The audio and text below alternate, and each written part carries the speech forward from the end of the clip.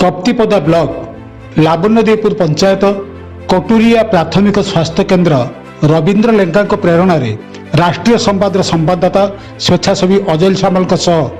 आमे कलाकार आमे ओडिशार सदस्य जय मुर्मू धीरेन बेंकुलिया प्राण शिवपात्र मनोज पात्र संतोष बेहरा आदर्श शिक्षक तुराम सिंह कल्पित पंडा कीर्तन पात्र पपुन पात्र विजय सामल और मेडिकल कर्मकर्ता अपार उद्यम आदिवासी अध्युषित अंचल रक्तदान शिविर आयोजन करने सह सफल करते एवं अंचलवासी मध्य